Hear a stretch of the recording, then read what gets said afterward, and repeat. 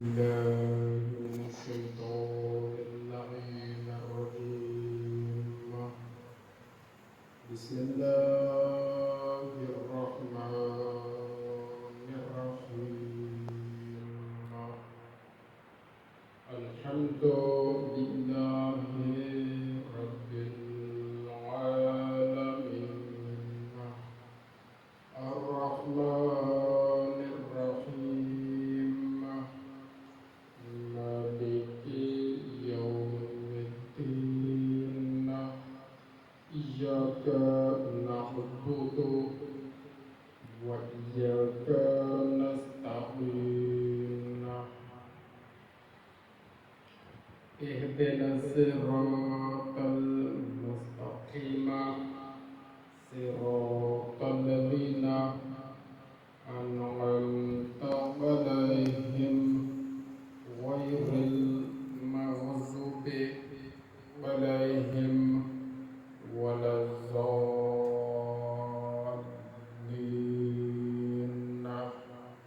صدق الله العلي العظيم.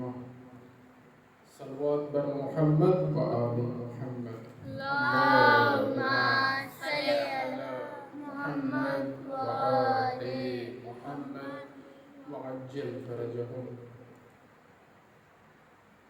دوستو، آپ کے سامنے سورہ مبارکہ فاتحہ تلاوت فرمائی گئی.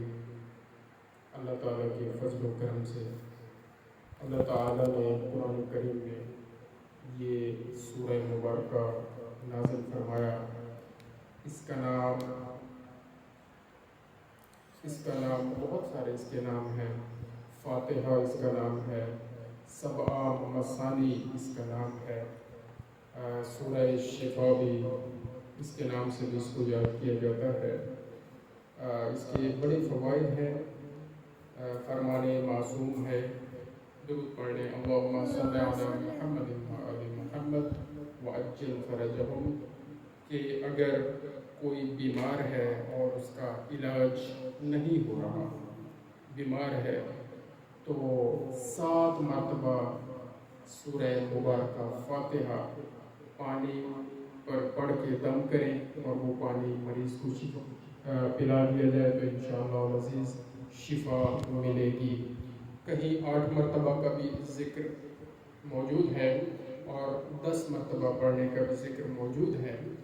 اور یہ بھی فرامین میں ملتا ہے کہ اگر پھر بھی شفا نہیں ہو رہی تو اس کی تعداد میں اضافہ کیا گیا. سورہ مبارکہ فاتحہ کے اندر بڑے اسرار اور رموز موجود ہیں. تو تھوڑا سا اس پہ غور کرتے ہیں. سب سے پہلے اللہ تعالیٰ نے بسم اللہ الرحمن الرحیم جو قرآن کریم میں سورہ مبارکہ فاتحہ کے شروع میں نازل فرمائی. با سے کیا مراد ہے، اور با سے آگے جو لفظ ہے وہ ہے اسم. بسم اللہ اصل یہ لفظ ہے. تو جب اکٹھا ملا کر پڑھیں گے بسم اللہ یعنی اللہ کے نام سے. اللہ سے شروع نہیں ہو رہا قرآن کریم. اللہ تعالیٰ نے فرمایا اللہ کے نام سے. اور تمام جو مفسرین ہیں وہ اس بات پر بالکل متوجہ ہیں اور انہوں نے یہ بات ہمیں بتائی ہے کہ اسم کون ہے، اسم اللہ کون ہے. اسم اللہ مولا علی علیہ السلام ہے. تو بسم اللہ یا بسم اللہ اللہ کے نام سے، یعنی مولا علی علیہ السلام کا یہاں پر ذکر ہو رہا ہے. الرحمن الرحیم جو رحمان بھی ہے اور رحیم بھی ہے. اور پھر کیا ارشاد فرمایا، الحمدللہ رب العالمین، تمام حمد ہے رب العالمین کے لیے، جو عالمین کا رب ہے اس کے لیے یہ حمد ہے. الرحمن الرحیم جو رحمان بھی ہے اور رحیم بھی ہے. اب جو رحمان ہے اس کی رحمانیت کا مظہر وہ ولایت میں نظر آتا ہے، اور رحیم اللہ کریم کی ذات ہے، اس کی رحیمیت کا مظہر نبوت میں سید الانبیاء حضرت محمد مصطفیٰ صلی اللہ علیہ وآلہ وسلم میں نظر آتا ہے۔ یہ مظہر کی بات کر رہے ہیں کہ اظہار رحمانیت کے اظہار کے لیے اللہ تعالیٰ نے ولایت کو چنا، اور ولی کون ہے؟ مولا علی علیہ السلام ہے، اور اظہار رحیم کے لیے اپنی رحیمیت کو ظاہر کرنے کے لیے اللہ تعالیٰ نے رسول اللہ صلی اللہ علیہ وآلہ وسلم کی ذات مقدس کو منتخب فرمایا۔ الرحمن الرحیم مالک یوم الدین، جو یوم الدین کا مالک ہے، یوم الدین کا مالک ہے، یعنی دین والا دن اس کا مالک ہے اللہ کریم، مالک یوم الدین۔ ایاک نعبد و ایاک نستعین، ہم تیری ہی عبادت کرتے ہیں، نعبد و ایاک نستعین، اور تیری ہی مدد چاہتے ہیں یا تجھ ہی سے مدد چاہتے ہیں۔ تو اللہ تعالیٰ سے ہم مدد چاہتے ہیں، حقیقی مددگار اللہ تعالیٰ ہے۔ اب اللہ تعالیٰ نے پھر جن کو مدد کے لیے مخصوص فرمایا ہے، تو جب ہم انہیں بھی مدد کے لیے بلائیں گے تو اس فرمان اللہ رب العزت پر ہمارا عمل ہوگا اور ایمان ہوگا کہ حقیقی مدد اسی کی طرف سے آ رہی ہے۔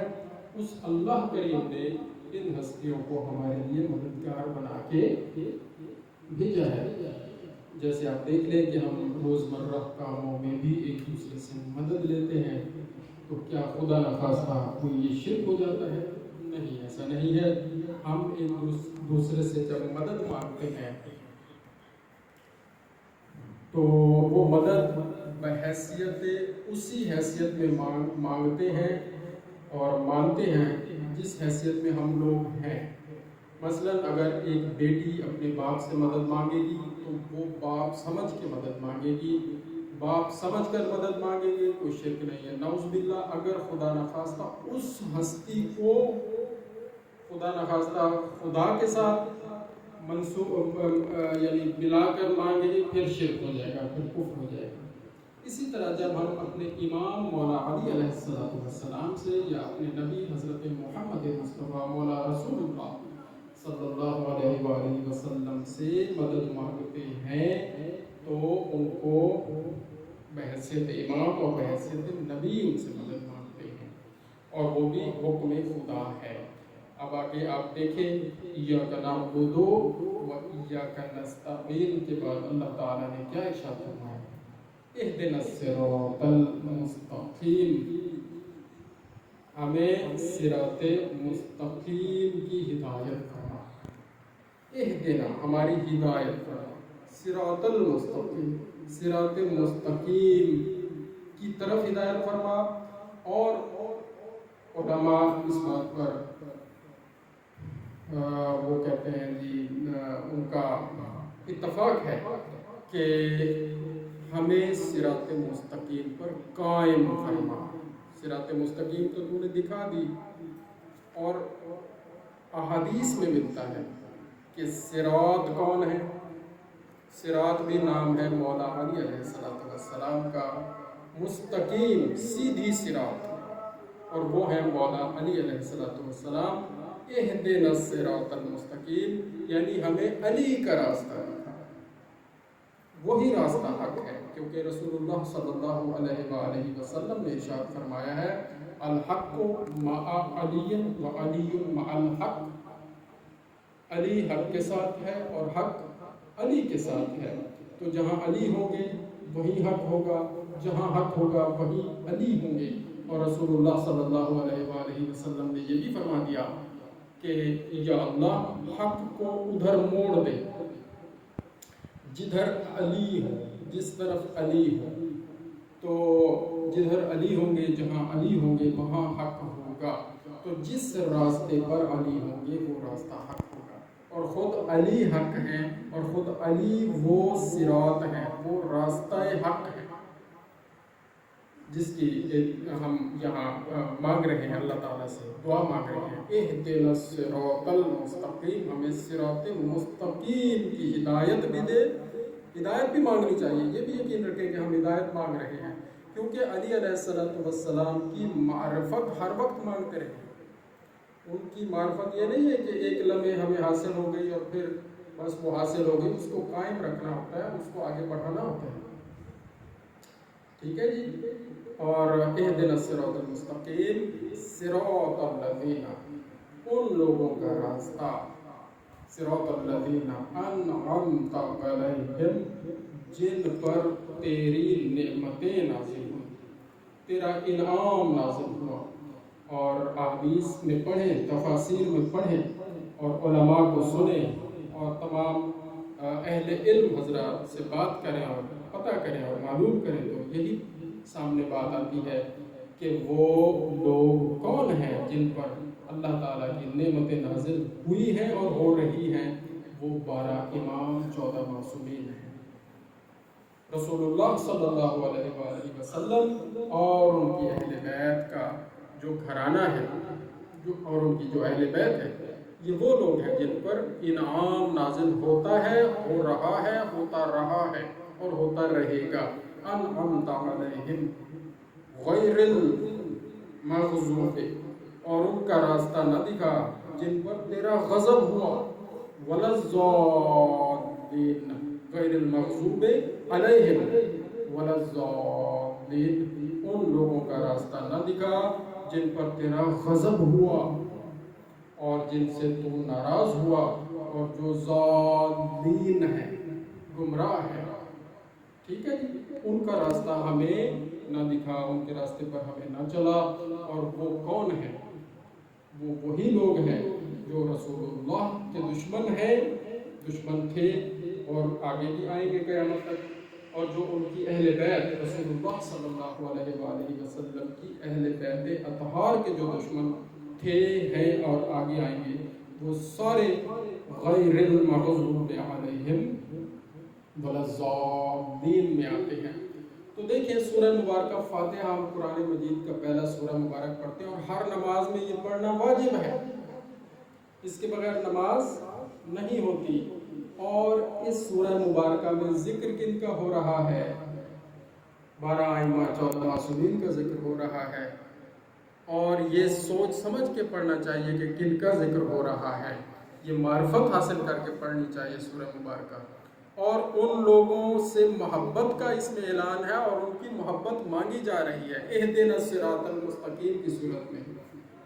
اور یہ ہو گیا تولا، محبت، محمد و آل محمد سے محبت اور ان کا راستہ مانگا جا رہا ہے، اور ان کے دشمنوں سے براعت کا اعلان کیا جا رہا ہے، دوری کا اعلان کیا جا رہا ہے کہ ہمیں ان کا راستہ نہ دکھا جو ان کے دشمن ہیں۔